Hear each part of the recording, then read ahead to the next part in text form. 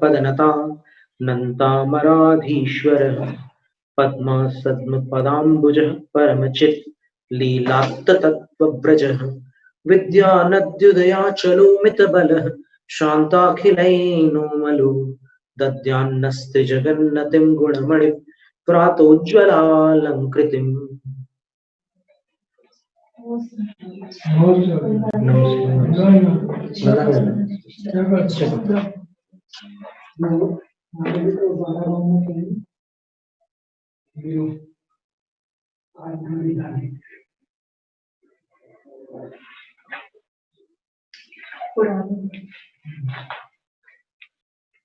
तो अभी अपन ने पिछले 2 दिनों में जो स्वाध्याय किया उसमें सर्वप्रथम तो मंगलाचरण में महावीर भगवान को, वीर जिनेन्द्र को उन्होंने, ग्रंथकर्ता ने, आचार्य वीर नंदी सिद्धांत चक्रवर्ती ने 10 श्लोक हो चुके हैं 2 दिनों में। तो पिछले 2 दिनों में अपन ने जो कुछ पढ़ा है उसका सारांश देख रहे हैं कि वीर जिनेश्वरः लक्ष्मीं दद्यात् न इति शेषम्। हमारे लिए वीर जिनेश्वर लक्ष्मी प्रदान करें मंगलाचरण में। अब वीर जिनेश्वर कैसे है और लक्ष्मी कैसी है, इन दोनों का वर्णन कर दिया बाकी पूरे पदों में। तो वीर जिनेश्वर जो है उनके चरणों में अनंत सुरपति देवेंद्र नमस्कार कर रहे हैं और उनके चरण कमल लक्ष्मी के निवास स्थान है। और जो परम चैतन्य की लीला से जिन्होंने संपूर्ण तत्व समूह को प्राप्त कर लिया अर्थात जान लिया,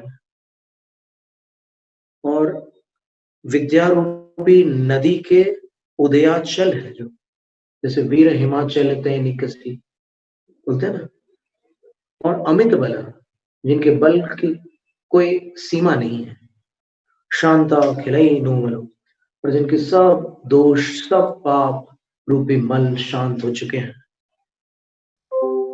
ऐसे वीर जिनेश्वर हमारे लिए न दद्यात्, न ऐसे विग्रह होगा, हमारे लिए लक्ष्मीं दद्यात्, लक्ष्मी प्रदान करें। कैसी लक्ष्मी? त्रिजगन्नतिम, तीनों जगत की नति अर्थात नमस्कृति जिसको प्राप्त हुई है, ऐसी लक्ष्मी। और तीनों जगत में नमस्कृत लक्ष्मी जो है वो धन लक्ष्मी नहीं, वो ज्ञान लक्ष्मी है, मोक्ष लक्ष्मी है। और कैसी लक्ष्मी? गुणमणि व्रातोज्ज्वला लंकृतिम, और जिस लक्ष्मी में गुण रूपी रत्नों के समूह की उज्जवल अलंकृति, यानी वो लक्ष्मी ऐसे अलंकारों को धारण किए हुए है जो अत्यंत प्रकाशमान है, और वो प्रकाश किसका है? गुण रूपी रत्नों का प्रकाश है। तो ऐसी लक्ष्मी वीर जिनेश्वर हमें प्रदान करें। अब ये जो भाषा है मंगलाचरण की, प्रदान करें, तो क्या भगवान कुछ देते हैं, ये प्रश्न आएगा यहाँ पर, या फिर ये केवल भक्ति की भाषा है? तो उसका समाधान ये है कि ये केवल भक्ति की भाषा नहीं है, इसमें सिद्धांत भी है। जैसे भगवान की 9 क्षायिक लब्धियों में एक दान लब्धि होती है, तो दान लब्धि जिनके पास होती है वो अदाता नहीं हो सकते, अन्यथा दान लब्धि निरर्थक हो जाएगी। दान का अर्थ ही देना होता है, और देना उसी वस्तु के विषय में संभव है जो दी जा सकती है। और क्षायिक दान लब्धि और क्षायोपशमिक दान लब्धि, ऐसे 2 प्रकार की दान लब्धियां जैन सिद्धांत में आती है। तो क्षायोपशमिक दान लब्धि जो होती है वो अन्य संसारी प्राणियों में पाई जाती है, तो उसके प्रभाव से वो लोग दान देते हैं। और भगवान जो है उनकी क्षायिक दान लब्धि है, तो वो अपने हिसाब से दान देते हैं। दान की प्रक्रिया में अंतर, लेकिन दातृत्व जो है वो दोनों में है, दोनों ही दाता है। और चूंकि ये व्यवहार न्याय का विषय है, इसलिए ये कहना व्यर्थ है कि नहीं निश्चय से तो दान नहीं कर सकते, व्यवहार से दान करते हैं। तो ये कहना एक प्रकार से विवेकपूर्ण कथन नहीं है।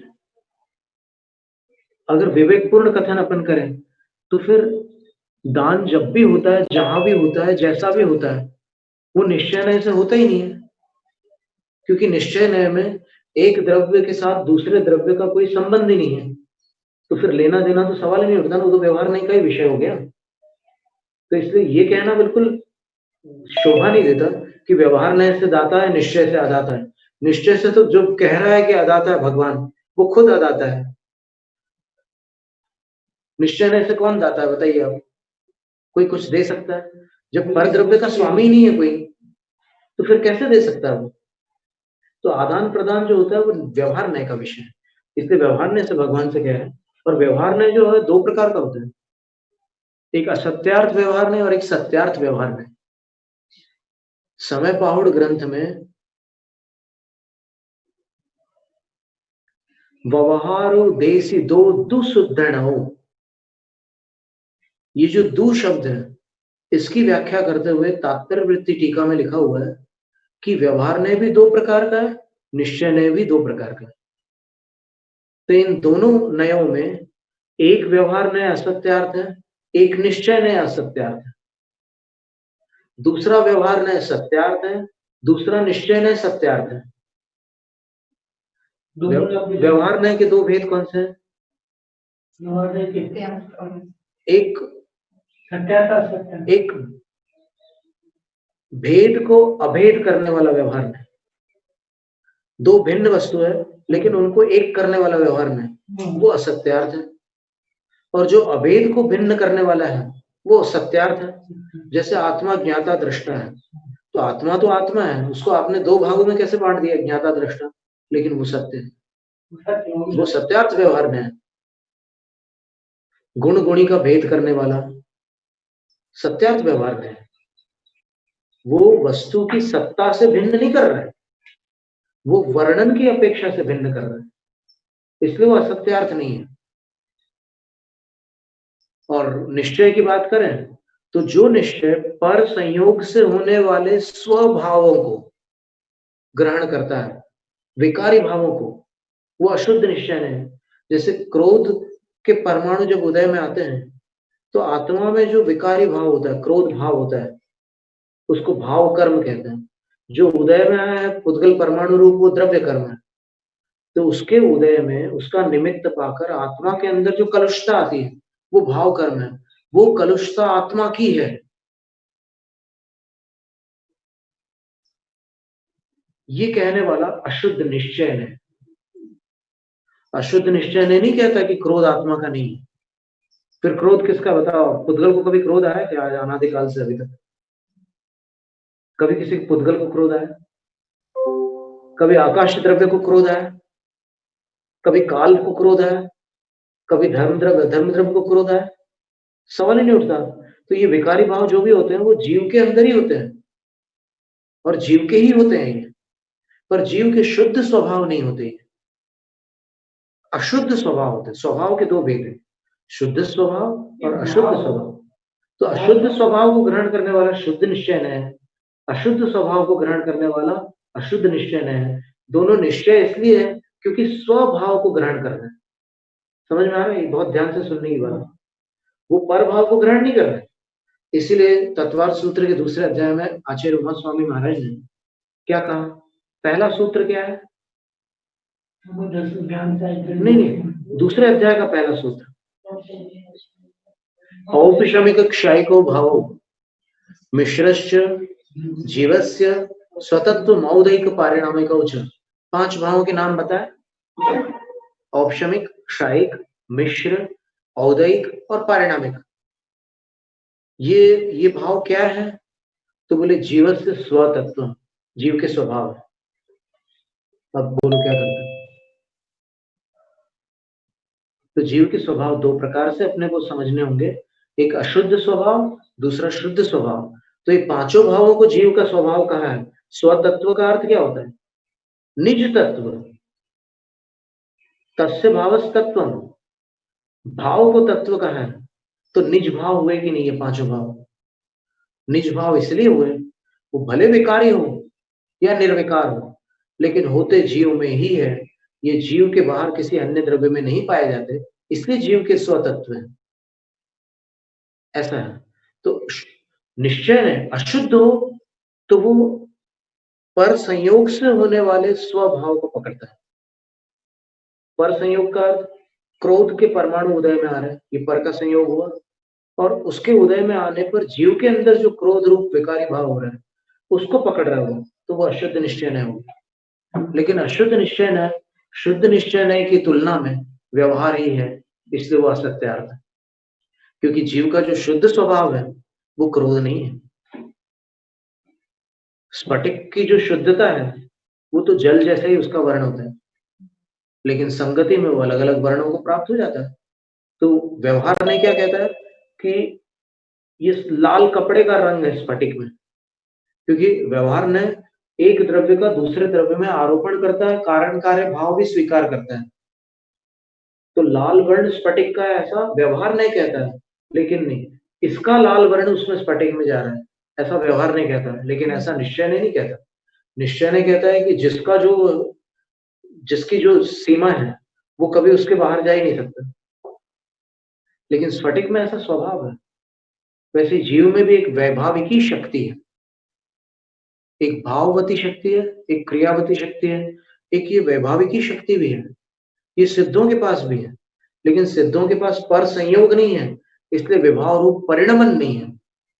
विभाव रूप परिणमन करने की शक्ति उनके पास भी है। अपने पास क्या है?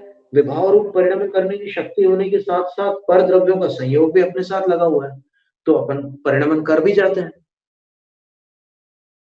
तो उस परिणमन को आत्मा के पर्याय है ये रागादिक, ये पुद्गल की पर्याय नहीं है, इसलिए अशुद्ध निश्चय ने उसको ग्रहण करता है। तो नयों में 4 नए हो गए। पहले तो व्यवहार और निश्चय 2 ही थे, लेकिन व्यवहार के 2 भेद कर दिए, सद्भूत असद्भूत। जो आगम का व्यवहार नय है वो द्रव्यार्थिक नय है। आप ध्यान देना, तत्वार्थ सूत्र में जिस व्यवहार नय की चर्चा है उन्होंने स्पष्ट लिखा सर्वार्थ सिद्धि में कि शुरू के 3 द्रव्यार्थिक नय और अंत के 4 पर्यायार्थिक नय, जबकि ये वाला जो व्यवहार नय है जो 2 को 1 मिला करके बताता है, जैसे वासुपूज्य भगवान लाल थे, ये कथन जिस व्यवहार नय का है वो पर्यायार्थिक नय है। तो पर्यायार्थिक नय रूप जो व्यवहार नय है वो असत्यार्थ, और द्रव्यार्थिक नय व्यवहार नय का काम क्या है? वो भेद करता है। कैसे भेद करता है? तो सबसे पहले तो क्या है, कौन सा नय? सबसे पहले नैगम नय, जो संकल्प मात्र से विषय को ग्रहण करता है। फिर दूसरा क्या है? संग्रह नय, जैसे नैगम नय ने किसी चीज को ग्रहण किया, संग्रह नय ने उसके द्वारा गृहित जो भी है उसका पूरा संग्रह कर लिया, इकट्ठा कर लिया। और व्यवहार ने, जैसे उदाहरण हम दे रहे हैं आपको, संग्रह नय ने द्रव्य को ग्रहण किया, ठीक है, सारे द्रव्य आ गए, उसने द्रव्य को ग्रहण किया तो सब द्रव्य आ गया। अब व्यवहार ने क्या करता है? व्यवहार ने उसमें चेतन अचेतन मूर्त और अमूर्त ऐसे विभाग करता है, तो 4 भागों में बट गए। वो द्रव्य है 4 भागों में बट गए, चेतन अचेतन मूर्त अमूर्त, 4 हो गए विभाग। और उसके बाद फिर उनके भेद, जहां तक भेद शक्य है वहां तक उस व्यवहार नय की गति है। यानी अब चेतन द्रव्य को ले लो, तो चेतन द्रव्य में संसारण मुक्ताश व्यवहार नय कह रहा है, ये मिथ्या नहीं है। इस व्यवहार नय को असत्यार्थ नहीं समझना है। असत्यार्थ किस व्यवहार नय को समझना है? जो देव और जीव को एक बता रहा है वो व्यवहार नय असत्यार्थ। लेकिन संसारी और मुक्त जो जीवों के भेद हैं वो बताने वाला जो व्यवहार नय है वो द्रव्यार्थिक नहीं है, असत्यार्थ नहीं है। ये एक विषय की बात थी। और फिर और भेद करो, संसारण स्थावरा, फिर स्थावर कौन से? पृथ्वी तेजो वायु वनस्पति स्थावरा द्विन्द्रियादय तथा, फिर उसमें समनस्का मनस्का, मन वाले और बिना मन वाले, संज्ञेन समनस्का, फिर उसके जन्म बता दिए कितने प्रकार के जन्म होते हैं, फिर जन्म के बाद उसके 5 प्रकार के शरीर बताए, और कौन से जन्म से कौन सा शरीर प्राप्त होता है। ये जितना, और मृत्यु जन्म सारे जितने भेद हैं वो सब व्यवहार नय के विषय हैं। इसलिए व्यवहार नए असत्यार्थ है, ये सत्य होते हुए भी आप हर जगह उसको नहीं लगाना। जो व्यवहार नए असत्य है उसी को असत्य मानना, जो असत्य नहीं है उसको सत्य मानना। इतनी सी बात है। तो भगवान महावीर दाता है, तभी एक सिद्धांत चक्रवर्ती आचार्य के प्रति अपने हृदय में विनय जागृत करने के लिए आप केवल इतना जान लो कि सिद्धांत चक्रवर्ती वो होते हैं जिन्होंने एक गाथा है, श्रुत स्कंद नाम का ग्रंथ है प्राकृत में, उसमें एक गाथा आती है कि धवला, महाधवला और जय धवला, ये तीनों सिद्धांत है, मूल प्राकृत गाथा में लिखा हुआ है। तो ये तीनों सिद्धांत है, इनके पारगामी जो आचार्य हैं वो सिद्धांत चक्रवर्ती है। इनके पारगामी होना कितना दुष्कर है, ये अगर धवला की एक भी पुस्तक किसी ने पढ़ी हो उसको पता होगा, है ना। अब आप सोचो कि धवला की 16 पुस्तक, महाधवला की 7 पुस्तक और जय धवला की 16 पुस्तक कितनी होगी? 32 और 7 32 और 7 49 नहीं 39 हो गई। ये 39 पुस्तकों का जिनको ज्ञान है वो सिद्धांत चक्रवर्ती, और ऐसा ज्ञान साधारण ज्ञान नहीं, बहुत लोग पढ़ चुके हैं धवला, जय धवला, महाधवला, और अभी कुछ पूछो तो फिर सब दिमाग घूम जाता है, स्मृति में नहीं रहता। जिनका ज्ञान उपस्थित है, जो उसमें से एक भी बात भूले ना हो, एक एक भंग आपको गिना देंगे, एक एक गणित और आपको बता देंगे, वो सिद्धांत चक्रवर्ती होते हैं। और वो सिद्धांत चक्रवर्ती महावीर स्वामी से कह रहे हैं कि मुझे लक्ष्मी प्रदान करें, हमें लक्ष्मी प्रदान करें। तो वो भगवान को अदाता मान करके ऐसी भक्ति की भाषा में प्रार्थना नहीं कर रहे हैं। ये चरणानुयोग ग्रंथ है, चरणानुयोग ग्रंथ में क्रिया और क्रिया का फल होता है। तो भगवान ने जो क्रिया की उससे उनको जो फल प्राप्त हुआ, क्षायिक दान लब्धि, उस दान लब्धि को जानते हुए प्रार्थना कर रहे कि अब आप दाता बन चुके हो, मुझे दे दो कुछ, और मैं कुछ और दुनियादारी की चीज नहीं मांग रहा, मैं वो लक्ष्मी मांग रहा हूं। ये बात है। फिर दूसरे काव्य में उन्होंने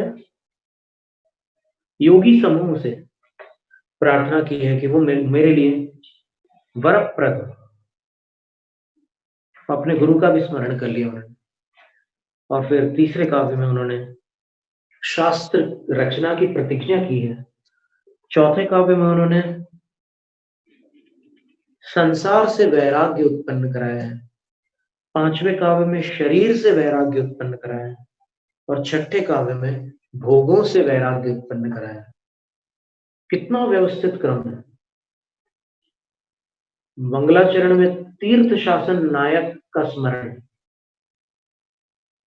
फिर द्वितीय मंगलाचरण में गुरु का स्मरण, फिर तीसरे काव्य में ग्रंथ रचना की प्रतिज्ञा, चौथे में संसार से वैराग्य, फिर शरीर से वैराग्य और भोगों से वैराग्य, और पांचवें में वैराग्य को प्राप्त करने का फल क्या होता है वो बताया है कि वैराग्य प्राप्त होने के बाद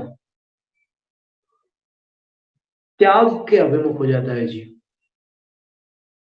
ये निश्चित समझना कि वैराग्य, एक उदासीनता आती है कई बार संसार में, जब ठोकरें लगती है तो लगता है कि कोई सार नहीं है, लेकिन जिस दिन आपको वैराग्य हो जाएगा तो आप छोड़ देंगे। जब तक नहीं छोड़ा है तब तक उसमें कोई कसर बाकी है, और अगर वो व्यवस्थित वैराग्य हो जाए तो फिर छोड़े बिना रह नहीं सकते। भले छोड़ने के लिए संघर्ष करना पड़े, छटपटाना पड़े। कई बार ऐसी स्थिति होती है, जैसे भरत थे, वो क्षण मात्र में दीक्षा चाहते थे, और उन्होंने अपने पिताश्री से कह दिया था कि पिताजी, आप जो मुझे समझा रहे हो कि गृहस्थ धर्म से भी क्रमशः मोक्ष प्राप्त होता है, मुझे क्रमशः नहीं प्राप्त करना है।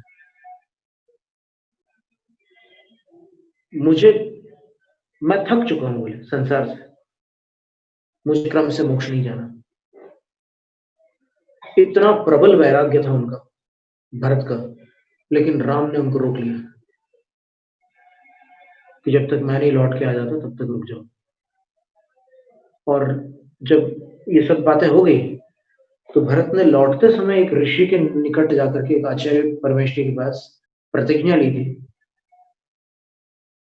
कि जब मेरा यह उत्तरदायित्व पूर्ण हो जाएगा तो मैं निर्ग्रंथ पद अंगीकार करने में विलंब नहीं करूंगा।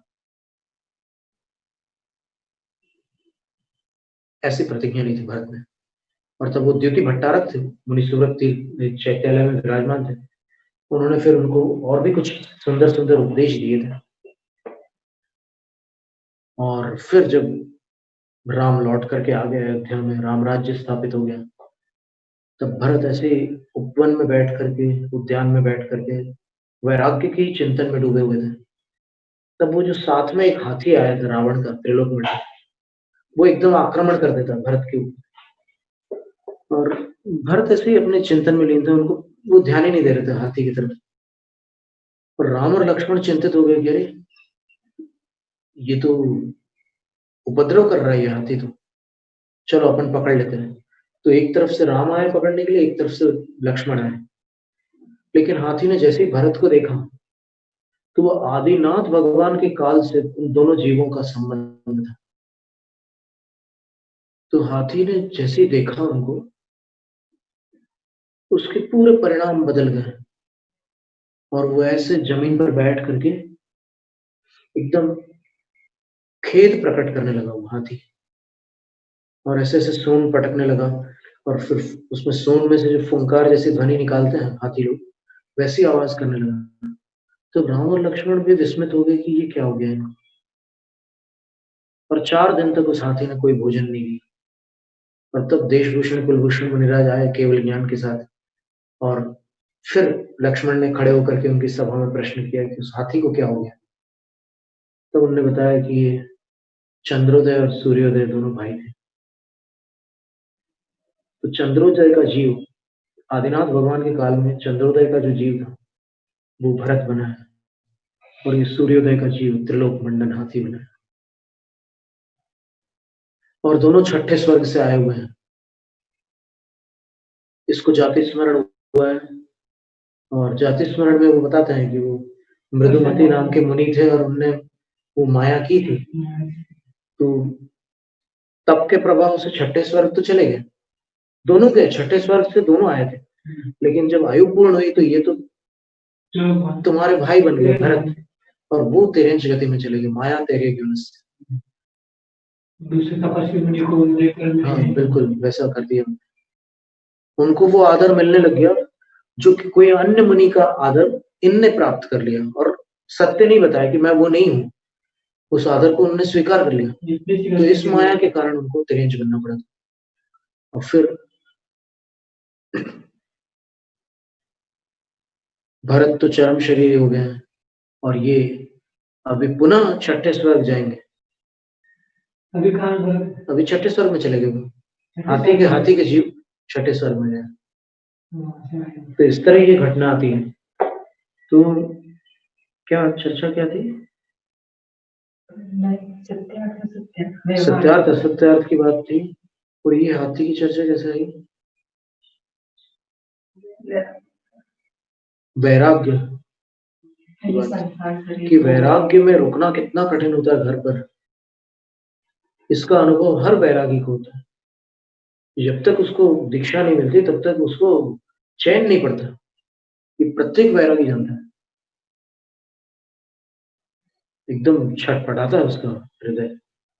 घर में तो कितना नहीं है। नहीं, भरत के विषय में तो लिखा है कि वो कैसे घर में रहते थे, उसका जो वर्णन आप पढ़ेंगे ना तो आंसू आ जाएंगे।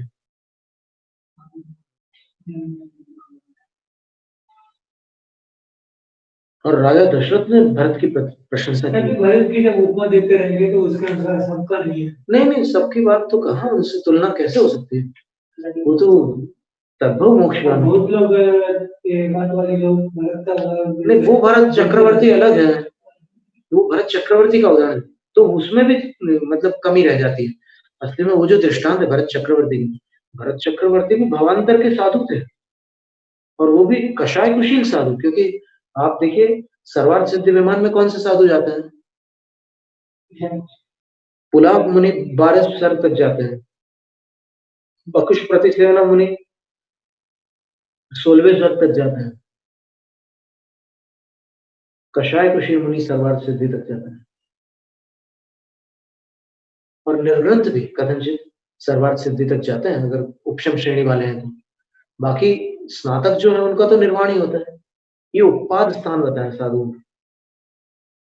तो अब वो वैराग्य होने के कारण वो ये तीनों प्रकार का वैराग्य जिनको प्राप्त है वो फिर ठहर नहीं सकते, गुरु की शरण में जाते हैं, और गुरु की शरण में जाकर के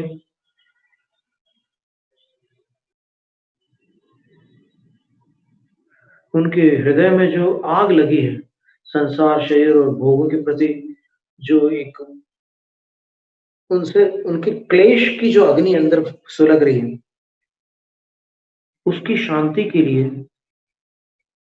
वो उस अग्नि को बुझाने हेतु अमृत का अन्वेषण करते हैं। अक्षय पद रूपी अमृत ही जन्म जरा मृत्यु की अग्नि को, या ये 3 प्रकार के वैराग्य जिस निमित्त से हो रहे हैं उसको समाप्त कर सकते हैं। हमारे देश में आत्मा विचार होता है सदा शरीर को क्यों बोलती है? जी, आत्मा आत्मा कल्याण आत्मा आत्मा बोलता रहता है, तो जो उसकी सदा शरीर को मिलती है। कैसे? ये आत्मा आत्मा करते हैं ना, आत्मा अलग है शरीर अलग है, इसलिए हम क्या त्याग करने जाते हैं, उपवास करने जाते हैं निश्चय में। तो निश्चय में जब हम करते हैं शरीर सारा शरीर को मिलती है।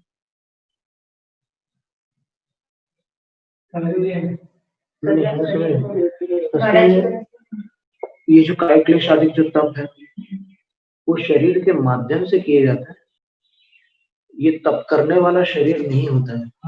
ये एक समझने की बात है, तप करने वाला आत्मा ही होता है।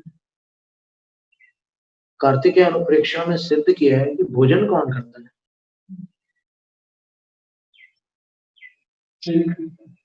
भोजन अगर शरीर करता है तो फिर शव क्यों नहीं करता? मुर्दा लाश भोजन क्यों नहीं करती? अगर शरीर भोजन करता है तो, और भोजन अगर आत्मा करती है तो सिद्ध भगवान क्यों नहीं करते? तो उसका समाधान बहुत सुंदर दिया, कार्तिकेय अनुप्रेक्षा में अद्भुत समाधान दिया इसका। उसी प्रकार तप की बात है, तप कभी भी शरीर नहीं कर सकता, शरीर के माध्यम से जीव करता है।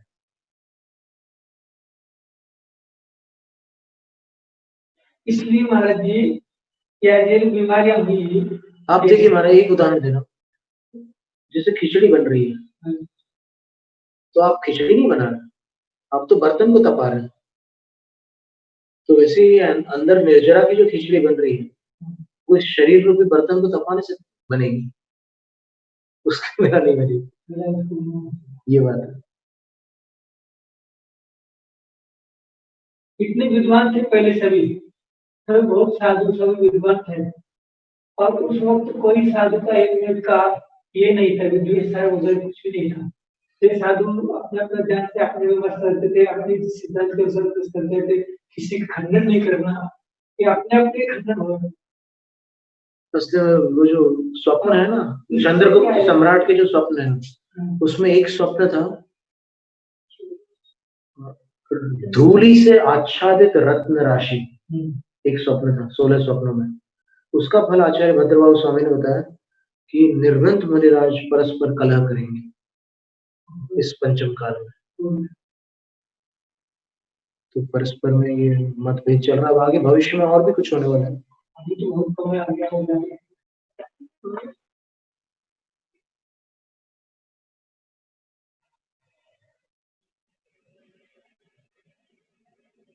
जो विशेष विवेकवान है और जो प्राज्ञ है, प्रज्ञा संपन्न बुद्धि के धारक है, वो ज्ञान की चर्चा ज्ञान तक ही रख सकते हैं, कषाय तक ले जाने की आवश्यकता नहीं है। ज्ञान कैसा हो, वात्सल्य में हो, नहीं ज्ञान तो वात्सल्य में ही भूसा नहीं आए, महाराज नहीं हो, देखो ही नहीं हो, वो ज्ञान है, उस ज्ञान से कि तुम्हारा आजकल बीमारी आ गई ना, ये ब्लड प्रेशर, शुगर वगैरह ये सब ज्ञान होने के बाद में उसमें हटकराही और अपना ये गुस्सा, क्रोध वगैरह ये बहुत हो रहा है, इसलिए ज्ञान होने के बाद उनको बीमारियां हो रही है। उसमें बहुत कम सा भावों के दूषण से ये सब रोग उत्पन्न होते हैं। ऐसी एक पुस्तक भी है, हील योर बॉडी, उसमें 400 बीमारियों के नाम दिए हैं और वो बीमारियां अपने अंदर कैसे विचार करने से होती है वो बताया है, और कैसे विचार बदलने से वो ठीक भी हो जाती है। वो विचार, बदले हुए विचार भी दिए उसमें, लिस्ट हिंदी में मिल जाएगी पुस्तक, ढूंढना होगा। तो ऐसा जानकर वो गुरु के चरणों में जाता है और उनकी शुश्रूषा, श्रवण आदि में उसकी बुद्धि लग जाती है और उसको समझ में आ जाता है कि अब देखो, वैराग्य के बाद मुझे कौन सा रास्ता चुनना है ये बहुत जरूरी है। इसका विवेक होना बहुत आवश्यक है, क्योंकि वैराग्य तो आपको तुरंत त्याग में पटक देगा कहें, या फिर मतलब आपको उसमें क्षिप्त कर देगा, डाल ही देगा आपको त्याग में। ये हमारा अभिप्राय था। तो आप त्याग में तो जा रहे हैं, लेकिन साथ में आपको ये देखना है कि त्याग के बाद जो आपको आगे बढ़ना है, त्याग में संतुष्ट थोड़ी होना है। त्याग तो साधन है ना, साध्य तो निर्वाण है। तो वो निर्वाण मार्ग क्या है, वो समझ करके आपको जाना होगा, क्योंकि छद्मस्तों ने भी रास्ते बताए हैं, यानी जो सर्वज्ञ नहीं थे उन्होंने भी मार्ग बताए। मार्गदर्शक बहुत है, लेकिन मार्ग एक है। कहने में आता है कि मार्ग अनेक होते हुए भी लक्ष्य एक है, ऐसा कहने में आता है। वास्तव में देखा जाए तो मार्ग वही है, मोक्ष का मार्ग, दर्शन, ज्ञान, चारित्र, उसमें सम्यक और लगा लें।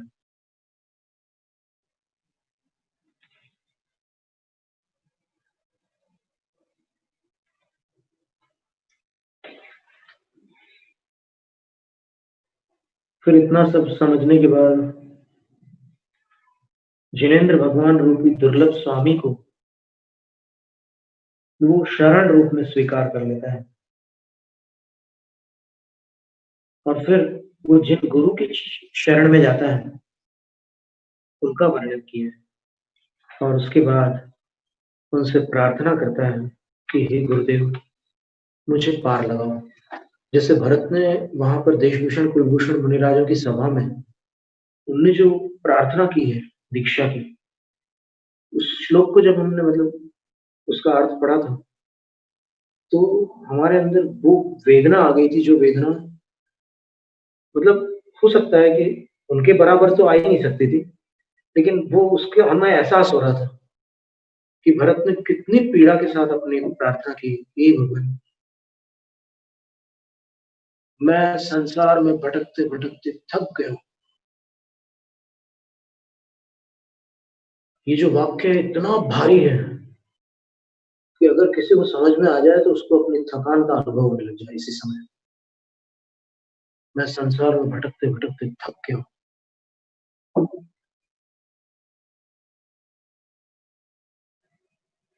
अब मुझे संसार से पार लगाने वाली दीक्षा प्रदान कीजिए।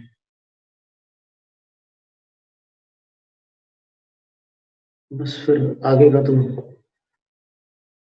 वही सब कुछ हो जाता है, दीक्षा भी मिल जाती है, निर्वाण भी प्राप्त हो जाता है। आप इसमें थे ना ये धर्मस्थल में? जी थे। तो उसमें बुद्धन साहब ने दीक्षा दे रहे थे उस वक्त। हाँ थे। तो उसमें भगवान की मूर्ति थी नहीं, रखा ही नहीं है। इसमें सर स्पष्ट बोल रहे भगवान के सामने जाकर दीक्षा। जी हाँ, दीक्षा के लिए भगवान के सामने जाना, भगवान थे नहीं। तो अभी अपन पढ़ने वाले हैं ये आ रहा है। तो नहीं, जो अपन तो आगम को जान रहे हैं अभी, बहुत लोगों को जानकारी नहीं है आगम की, तो क्या कर सकते हैं? कोई भी ऐसा रखते हैं भगवान करते हैं।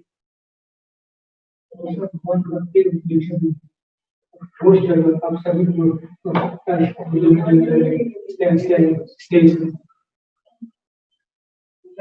सभी भगवान करने के लिए अब जिन गुरु से उन्होंने प्रार्थना की है दीक्षा की, वो गुरु उसके वचनों से, दीक्षार्थी के वचनों से निर्णय करते हैं, उसके वैराग्य के बारे में भी वो परख लेते हैं और भी बहुत कुछ उनके बारे में वो समझ लेते हैं और उसके बाद फिर दीक्षा देने को तैयार होते हैं। तो वो अभी आगामी श्लोक में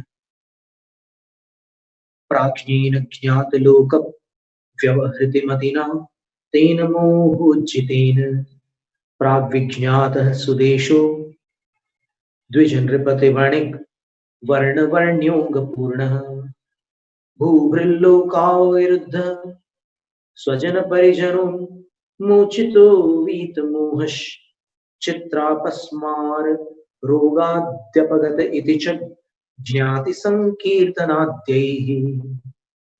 ज्ञाति संकीर्तनाद्यैः, वो अपने वंश आदि के बारे में जानकारी देता है। दीक्षार्थी गुरु से जाकर के ज्ञाति संकीर्तन आदि सारा परिचय देता अपना। ऐसा नहीं कि मुझे वैराग्य हो गया आप दीक्षा दो, इतना मात्र नहीं होता, वो अपना पूर्ण परिचय देता है। तो उसके माध्यम से प्राग विख्यात तेन, आचार्य महाराज उसको सबसे पहले पहचान लेते हैं कि दीक्षा का पात्र है अथवा नहीं। और आचार्य कैसे हैं? प्राज्ञ, विवेक संपन्न है, और प्रज्ञा का अर्थ होता है विवेक बुद्धि, तो उससे संपन्न है। और ज्ञात लोक व्यवहृति मतिना, जान लिया है लोक व्यवहार को जिनकी मति ने, ऐसे आचार्य हैं। और कैसे हैं?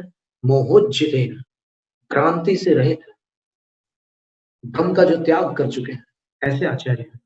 और कैसे हैं? तो बस इतने ही पर्याप्त है।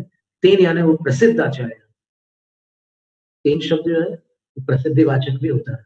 वे प्रसिद्ध आचार्य क्या करते हैं?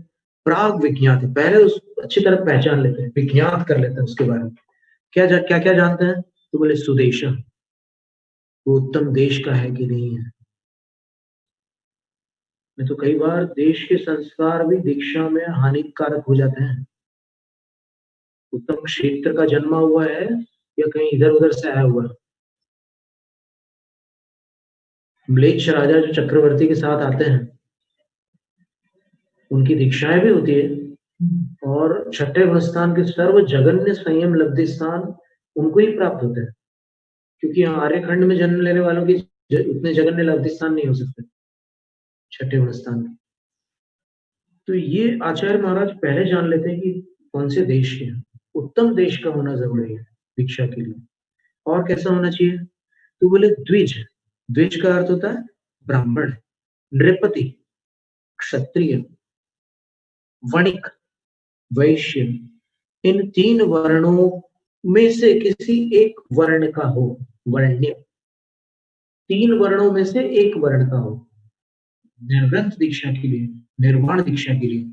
और अंग पूर्ण, एक खंडाकार होना था वहां बीच में, वर्ण्योंग पूर्ण, बीच में एक ऐसा, वो अंग पूर्ण हो उसके। कहीं भी अंग पूर्ण का अर्थ क्या होता है?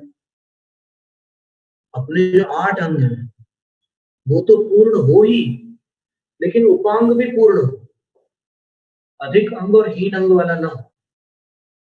आंखों से काना ना हो, कान कटे हुए ना हो, होठ विकृत ना हो, उंगलियां कुछ लोगों की 6 उंगलियां होती है तो वैसा ना हो, और या फिर एक्सीडेंट में कई बार उंगलियां कट जाती है। तो ये सब अंग पूर्ण का अर्थ होता है अंगोपांग से परिपूर्ण हो दीक्षार्थी। और कैसा हो? भूभृत लोका विरुद्ध, यहाँ खंडाकार की आवश्यकता नहीं थी, तो ऊपर का खंडाकार नीचे हो गया। तो भूभृत का अर्थ होता है राजा, और लोक का अर्थ तो लोक होता ही है। तो राजा और लोक, इन दोनों के अविरुद्ध हो, अर्थात जिसने कोई लोकापराध ना, लोकापराध जिसको ना हुआ हो, और जिसने राजा का कोई अपराध ना किया हो, कानून विरुद्ध कोई कार्य ना किया हो, वो दीक्षा का पात्र। और कैसा हो? स्वजन परिजनोन्मोचित हो, स्वजन यानी अपने खून के रिश्तेदार, और परिजन यानी जो सर्कल कहलाता है, अपने जितने परिचित लोग हैं, दूर के भी रिश्तेदार उसमें लिए जा सकते हैं। एक तो निकट संबंधी स्वजन है, परिजन यानी थोड़ी दूर के संबंधी या मित्र आदि भी हैं, उनसे उन्मोचित, जिसने अपने को उन्मुक्त कराया हो, किया हो नहीं, कराया हो, अर्थात उनकी अनुमति प्राप्त की हो, यानी सबसे पूछ कर कह रहा हूं। और वीत मोह, सम्यक दृष्टि, मिथ्या दृष्टि न हो। और कैसा हो? तो चित्रापस्मार रोगाद्यपगत, नाना प्रकार के जो अपस्मार जैसे रोग होते हैं, मिर्गी वगैरह आती, फिट्स आते हैं,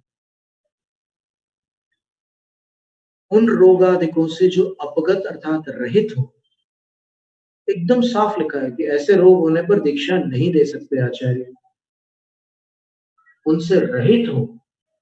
इति च इत्यादि, और भी कुछ च शब्द से और भी कोई ऐसी विशेषताएं गुरु देख लेते हैं, फिर दीक्षा देते हैं। दुराग्रही न हो, उद्दंड न हो, विनम्र हो, श्रद्धावान हो, विवेकवान हो, ये सारी चीजें देख करके फिर दीक्षा देते हैं। अब दीक्षा देने की प्रक्रिया देखिए कितनी सुंदर है।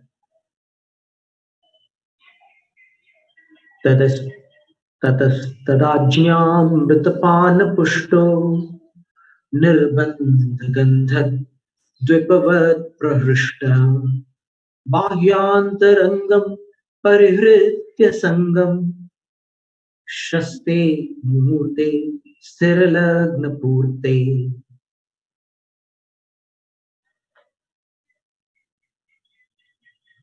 ततः, उसके उपरांत, तदाज्ञा अमृतपान पुष्ट, गुरु की आज्ञा रूपी अमृत पान से जो पुष्ट हुआ है, अमृत पीने के बाद एकदम पावर आ जाता है,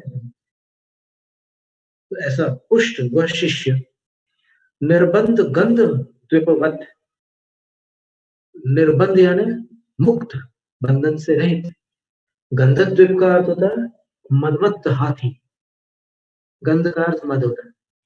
हाथी के यहाँ से जो मद जल झरता है, बताया था एक बार, अभी अगर देखना हो तो उसके चित्र भी देख सकते हो आप, फिर से देख लो, क्या नुकसान है।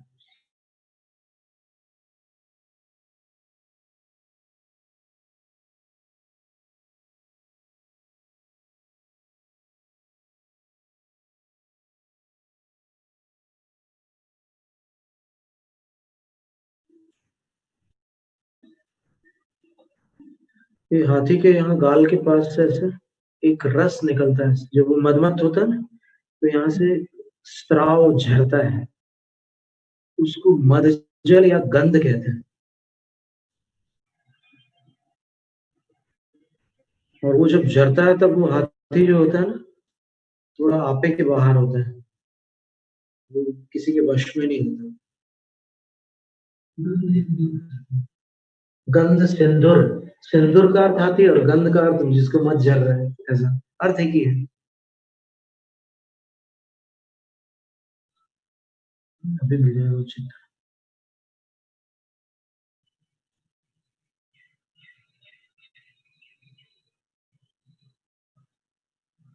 चित्र तो है ये देख रहा है,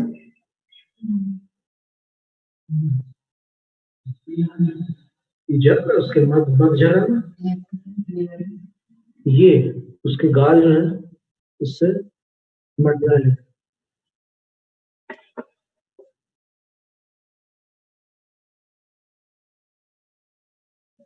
ये मदमत्त हाथी होता है। आपको एक चित्र दिखाना है, इसमें और स्पष्ट दिखेंगे।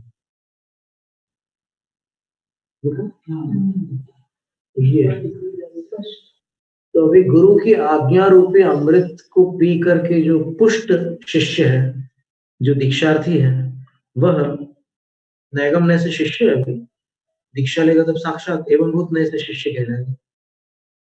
तो अभी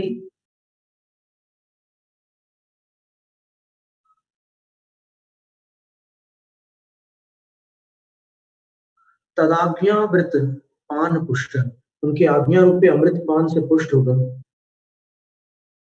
स्वतंत्र मदमत्त हाथी के समान हर्षित होकर, वो शिष्य कि वाह, गुरु ने मुझे दीक्षा देना स्वीकार किया, एकदम हर्षित हो जाता वो। और शस्ते मुहूर्ते, शस्त मुहूर्त का अर्थ होता है प्रशस्त मुहूर्त। ये काल शुद्धि भी बहुत महत्वपूर्ण होती है। गलत काल में दी हुई दीक्षा के परिणाम बहुत हानिकारक होते हैं। ये जीवन का प्रश्न है, कोई हंसी खेल नहीं है। एक बार आचार्य शांति सागर महाराज श्री से पंडित सुमेर चंद दिवाकर जी ने पूछा कि महाराज जी, आप ये क्या ज्योतिष में लग गए? उन्होंने गुजरात में 2 चतुर्मास किए, गोरल में, सन 35 और सन 40 का। ये रथ पास ही वो साबरकांठा में, उत्तर गुजरात में। तो फिर पंडित जी ने पूछा कि आप ये क्या कर रहे हैं? वो ज्योतिष देख रहे थे आचार्य शांति सागर महाराज जी। तो फिर आचार्य ने बोला कि मुनि दीक्षा बच्चों का खेल नहीं है, काल शुद्धि का भी ध्यान रखना पड़ता है आचार्य को। और ये काल शुद्धि ज्योतिष से ही पकड़ में आती है। काल अचेतन द्रव्य, उससे क्या होने वाला है, ये सब बातें हैं। अभी काल को चैलेंज मत करना कोई भी। जितने चैलेंज करने वाले हैं उनकी क्या दशा हुई है, वो उसी जीवन में उनको समझ में आ गया। क्या है कि अपन भी कर्माधीन प्राणी हैं। तो आप ये मत समझ लो कि हम त्यागी हो गए तो फिर हमने कर्मों को जीत लिया। अभी कर्मों को जीतने में पता नहीं कितने भाव लगने वाले हैं। तो जो आचार्य कह रहे हैं उसको विनय से स्वीकार करना होता है। जैसे ब्रह्मचर्य व्रत के, अब भी कोई किसी ने प्रश्न पूछा था कि वो कौन से 4 नक्षत्र होते हैं जो ब्रह्मचर्य व्रत धारण किया जाता है। तो जिन्होंने उन 4 नक्षत्रों में धारण नहीं किया, वो देख लें अपने अंदर क्या स्थिति है। ज्यादा क्यों खोजबीन करें अपन दूसरे जगह, अपने अंदर झांक करके देख लें। और उन 4 नक्षत्रों में जिनने धारण किया, लेकिन उन 4 नक्षत्रों में लग्न अगर दूषित है या मुहूर्त दूषित है, तो उसका भी प्रभाव बराबर होता है। अब जैसे खिचड़ी बना रहे हैं आप, या कोई भी चीज बना रहे हैं, उसके लिए जितना काल अपेक्षित है। एक बार क्या था कि संघ में ऐसे ही योगासन हम लोग करते थे, तो आचार्य श्री के सामने योग कर रहे थे हम लोग। तो एक साधु करना चाह रहे थे, तो उनसे थोड़ा बन नहीं पा रहा था। तब आचार्य श्री ने कहा, ऐसे बहुत विनोदपूर्ण अच्छे शब्द आचार्य श्री कभी बोल जाते थे कि महाराज काल की आराधना करो, ऐसे हंसाते हुए बोलते थे, काल की आराधना करो। मतलब वो एक बार में नहीं आएगा, समय लगेगा, ये उसका अभिप्राय है। तो काल का बड़ा महत्व है। काल को सब कुछ मत मान बैठो। यहाँ पर आगम में द्रव्य, क्षेत्र, काल, भाव, इन चारों का समान महत्व है। अध्यात्म में द्रव्य और भाव का अधिक महत्व है क्षेत्र और काल की तुलना में। लेकिन आप काल को उड़ा नहीं सकते, काल बहुत महत्वपूर्ण है। तो यहाँ सबसे पहली बात क्या गई, प्रशस्त मुहूर्त हो, उसका भी पूरा ग्रंथ है, मुहूर्त चिंतामणि। और दूसरी बात क्या कही, स्थिर लग्न पूर्ते। 3 प्रकार की राशियां होती है। पूर्व दिशा में जो राशि होती है उसको लग्न कहते हैं। किसी भी काल में, जैसे अभी इस समय पूर्व दिशा में जो भी राशि होगी वो वर्तमान लग्न है, लग्न मानी जाएगी। तो यहाँ आचार्य महाराज एक विशेष जानकारी दे रहे हैं कि स्थिर लग्न पूर्ते, वो दीक्षा का समय जो है, वो एक लग्न लगभग 1.5 घंटे रहती है। तो वो लग्न समय अलग अलग है सभी लग्नों के, एकदम ठीक 1.5 घंटे वाला नहीं कह सकते अपन, उसमें भिन्न भिन्न काल है उसके। तो स्थिर लग्न की जिसमें पूर्ति है, ऐसे मुहूर्त को चुनना है जो जो मुहूर्त स्थिर लग्न में पड़ता हो। 12 राशियों के 3 विभाग कर सकते हैं, चर, स्थिर और द्विस्वभावी। चर राशियां कौन सी है? मेष, कर्क, तुला और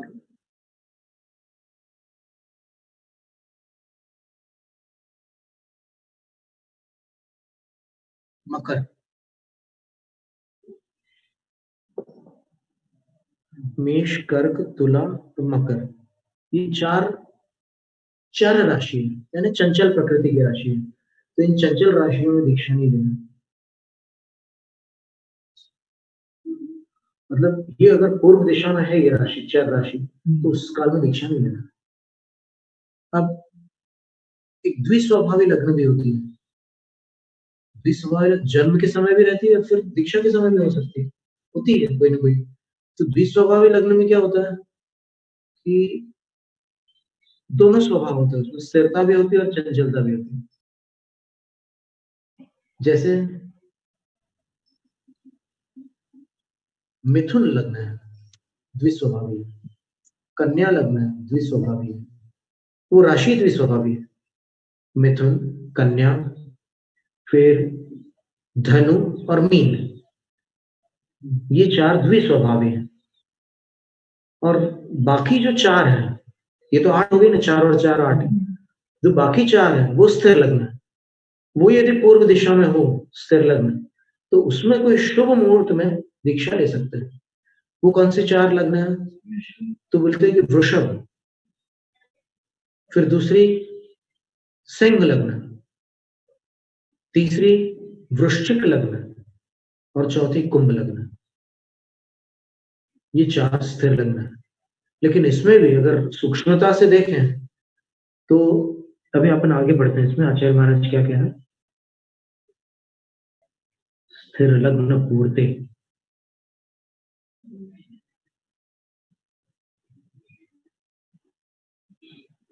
ओहो समय ज्यादा हो रहा है,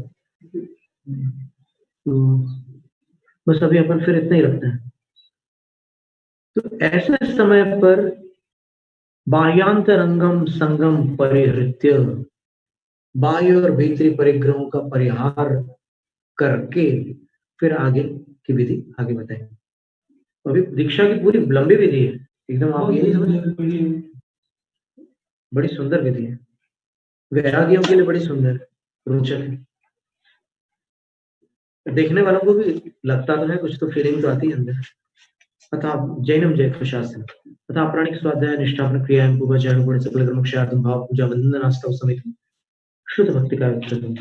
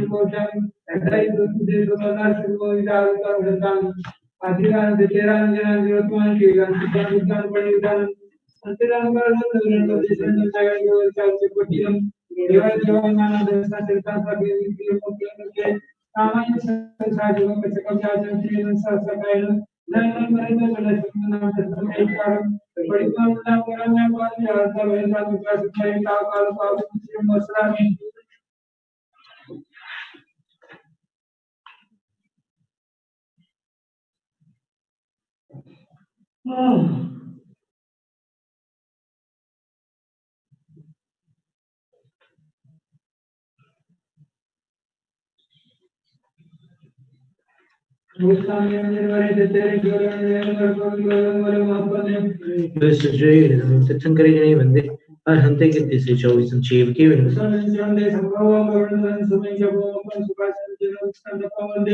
सुविंच पुप्पेन्द्रं सीलसेंच वासुपूज्यं च विमृणन्तं भवं धम्मं सत्यं च वन्दामि।